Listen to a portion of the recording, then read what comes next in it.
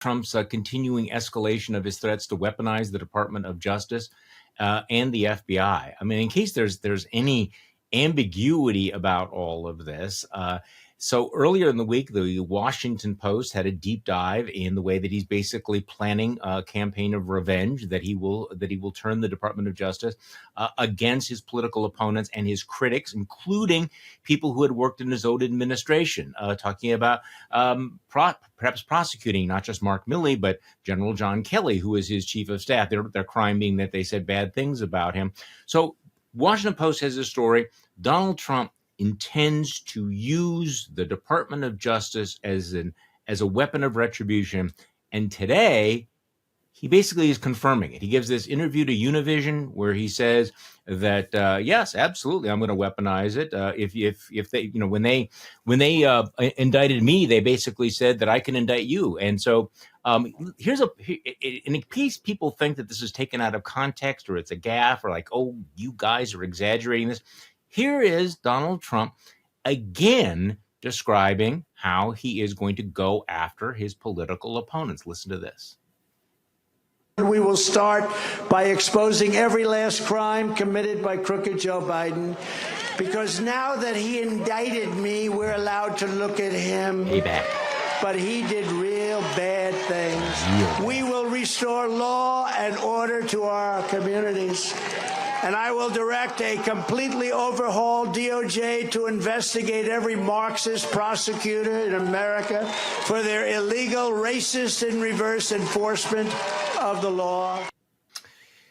Ben, he keeps telling us who he is and what he's going to do, and I think it's completely plausible. Your thoughts about this? Well, so let me say that I published my thoughts about this back in May of 2016. When That's Trump a little bit ahead of the curve. Yes, I think I was the first person to flag this issue. And I'm just going to read what I wrote at the time. Let me be blunt. The soft spot in weaponization of the federal government is not the NSA, and it's not the drone program. The soft spot, the least tyrant-proof part of the government, is the United States Department of Justice and the larger law enforcement and regulatory apparatus of the United States. The first reason you should fear a Donald Trump presidency is what he would do with the ordinary enforcement functions of the federal government, not the most extraordinary ones. Did people think that you were being a little bit, oh, come on, Ben, it can't be that bad. We have norms. We have, guardrails. I wrote, this was a 3-part series that I wrote in 2016 called Trump and the Powers of the American Presidency. All 3 parts are still on Lawfare. Wow. One of them, the entire thing, is about the Justice Department and about the fact that everybody's, looking for these esoteric powers that Trump could abuse. Would he do domestic drone strikes, and what's he going to do with blah, blah, blah. And the fact is that the ordinary powers of the government are extraordinarily powerful and dangerous if they're in the hands of sociopaths. Excuse me. And so I think at the time, the people who were follow executive power issues carefully were like quite sympathetic to the argument. Mm-hmm. It became obvious that it was right at the time of the Comey firing. Even before, really, it's one of those things where, once again, it's happening in broad daylight. It's not subtle. I mean, what was the common feature of every Trump rally in 2016? Right. Lock her up. Like, what do they mean by that? What could they mean? What does that suggest about his willingness to use the power of the government? So he's been telling us this consistently. Right. And here, there is only one defense against this. And it is a doozy, ultimately, but it's not good enough. So the one defense is that, you can say you're going to sick the Justice Department on Bill Barr, which, by the way, would have a certain cosmic justice to it, karmic justice. A little bit of karma. But you can say that. But at the end of the day, if Bill Barr hasn't committed any crimes, the Justice Department there's going to be a limit to what it can do. And we saw that a little bit with John Durham, right? So John Durham could, harass and ultimately indict people, but it took a jury a very short amount of time in two big cases to, a matter of hours, not days, to acquit people, not hang, but acquit. And so, I do think there is to some degree a limiting factor. Here's the problem. The problem is an investigation, fighting off a federal investigation is a big, big headache. Yeah. Most people don't have the resources to do it. You go after Bill Barr, who can spend $30,000 on a Christmas party, he's going to be fine. Yeah. You go after some mid-level, bureaucrat, that is a big problem for that person. And so the Justice Department and the FBI are terrifyingly powerful institutions. And that's why we have layers and layers and layers of protections, normative, legal, and bureaucratic protections against their misuse. And what Trump has been promising since 2015 really is to strip those away. He did that in a substantial way in his first term. Can he do that? And what are his powers? I mean, in theory, right, as part of the executive branch, these norms and these limits, how vulnerable are they to a president who's figured out where the buttons and the levers are? Well, should I read to you further from my piece in 2016? I would be honored. The Justice Department has some institutional defenses against this sort of thing, but they are far weaker than the intelligence community's institutional defenses against abuse. They mostly do not reside in statute or in the sort of complex oversight structures that civil libertarians complain in the case of the NSA are not restrictive enough. They reside in the Levy guidelines, in certain normative rules about contacts between the Justice Department and in the White House, in norms that have developed over the years in the FBI, and they reside in the hearts of a lot of replaceable people. Ultimately, they reside in an institutional culture at the Justice Department, and that is precisely the sort of thing a tyrant leader can change. Okay, that was not reassuring, Ben. That was not reassuring in any way. I don't think it should be reassuring. I think the Justice Department is, it works because it has a culture. And Trump is promising to change the culture. The first time Trump was elected, the day after the election, a very stressed young assistant United States attorney came into my office and told me he was planning to resign. And I said, this is a career person, not a political appointee. And I said, I don't think you should do that. We still need people to prosecute crimes. We still need. Right. And he said, yeah, Ben, but I just can't imagine myself standing up in court and saying, I'm insert name here, and I represent the United States when the federal government is run by Donald Trump. Now, I and some other people persuaded this person not to resign at the time. Good. But he did resign 6 months later, and is now a prominent professor. And I think you will have a very significant exodus of career officials, which is, by the way, what Trump wants. Right. That's the dilemma.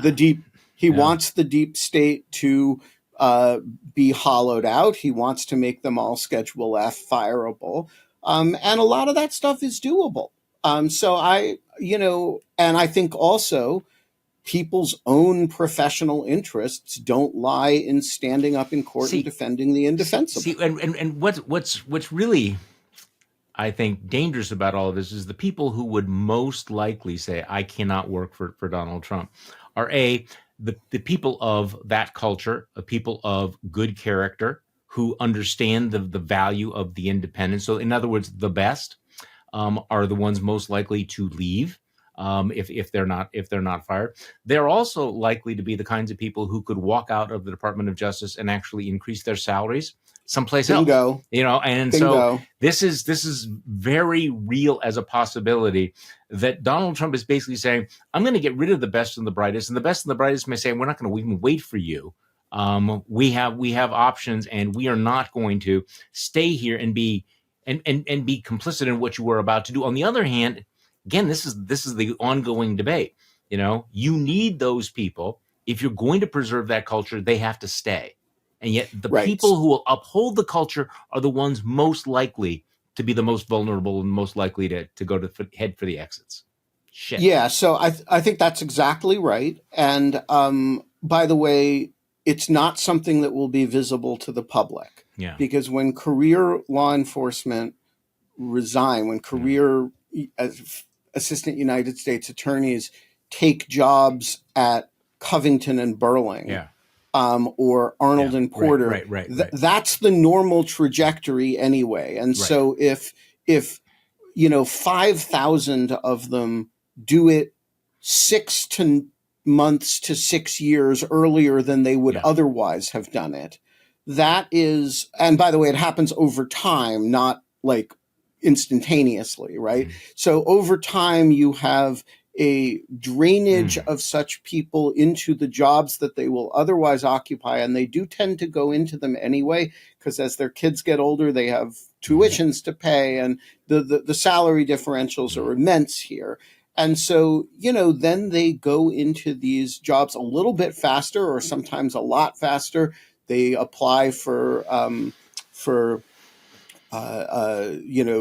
teaching positions, and all of a sudden and by the way, the intake valves, what the Justice Department honors program, the program in which you staff these positions with first-rate people, many fewer first-rate people apply, because who wants to go into the lock her up department, right? And so you have a quicker exit and a replacement with much lower quality people, and it's completely invisible to the public. Yeah, there'll be one story in the New York Times, the Washington Post, or maybe Politico summing up the exit, the brain drain from the department. It'll be one story, and it'll be read by the usual suspects, and then completely memory hold probably by the end of that week. Okay, so slightly better news. I'm going to get your take on this as well. I actually did read that 79-page motion from Jack Smith's team, where they pushed back against Donald Trump's efforts to have the January 6th election subversion case thrown out. And a couple of things struck me about this is that, and this is perhaps not new, and certainly not news to you, but Jack Smith has really learned the lesson of the previous attempts to go after Donald Trump, including the Mueller investigation. No disrespect to the Mueller investigation, but that was an asymmetric struggle between kind of an old school guy who thought that the old rules applied versus Donald Trump, who threw every piece of shit he possibly could, obstructed, attacked, vilified, and Mueller never said anything. It was much quieter. Jack Smith realizes what he's in for. And I am struck by reading this, how forceful the filings are, how direct and clear they are. One declarative sentence marches after another. As he lays out the case, details and catalogs all the lies so precisely. In you'll understand this, in actual comprehensible, vivid English, as opposed to the usual legal gobbledygook and jargon. And what I really thought was interesting about the filing this week was it really laid out all of it ties together why Donald Trump's lies are central to all of this. And even if he believed the election was stolen, even if he sincerely believed the big lie, that doesn't provide cover for all of the other little lies, and the lies are all the way down. So Jack Smith's team continues to impress. Yes, they are doing. So one other reason to distinguish between the Mueller team and the Smith team. The Mueller team, of course, never ended up in litigation with Trump, right? And so you're sort of comparing the pre or non-indictment language of a report with the advocacy language of a brief. But and Trump was president; he could have fired them at any moment too. That's the other thing, right? I mean, there's a big difference there, you know. But you're also definitely right that Mueller is very old school. You know, how many interviews has Mueller given since he left office? None. You know, there's a very old school, you know, pardon me, WASP elite, you know. This is the Robert Swan Mueller, right? Where you do your job, you do your duty, and then you disappear and you comment in court. And it speaks for itself, right? Yes. It really speaks for itself. You know, Jack Smith, again, it's a different environment. He's actually in criminal litigation against the guy, but they are defending every step as they go. They are writing briefs that are with a real awareness that every single one of them is going to be read by the press and talked about in environments like this.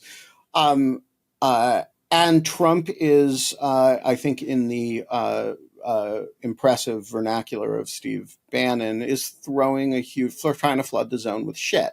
And so you have a, you know, a 79-page brief that is responding. First of all, it has two jobs really here. One is to respond to the motions, which are a series of motions to dismiss on various statutory and constitutional grounds. Some of which arguments are frankly ridiculous, but you know, to create a clear record for Tanya Chutkan to rule on those motions. But the other is to signal to the public, this is flooding the zone with shit and we're not putting up with it.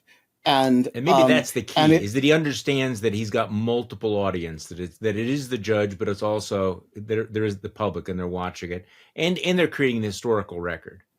And they're creating a record for the DC Circuit and ultimately the Supreme Court. And there are a whole lot of issues here. One of which has its own motion, which is the most important one, the presidential immunity issue. That may go to the Supreme Court. There's nothing else here that is substantially colorable. There are some interesting obstruction questions under 1512, but there's most of this is just noise. And being able to say to the courts, hey, winnow this out, deal with the stuff that could be subject to immediate appeal, particularly the immunity stuff first. And the rest, just, you know, signal to the public, we are really unworried about this. The evidence is overpowering, and create a path for the courts to get rid of a lot of it. And I think they're doing a very good job with that.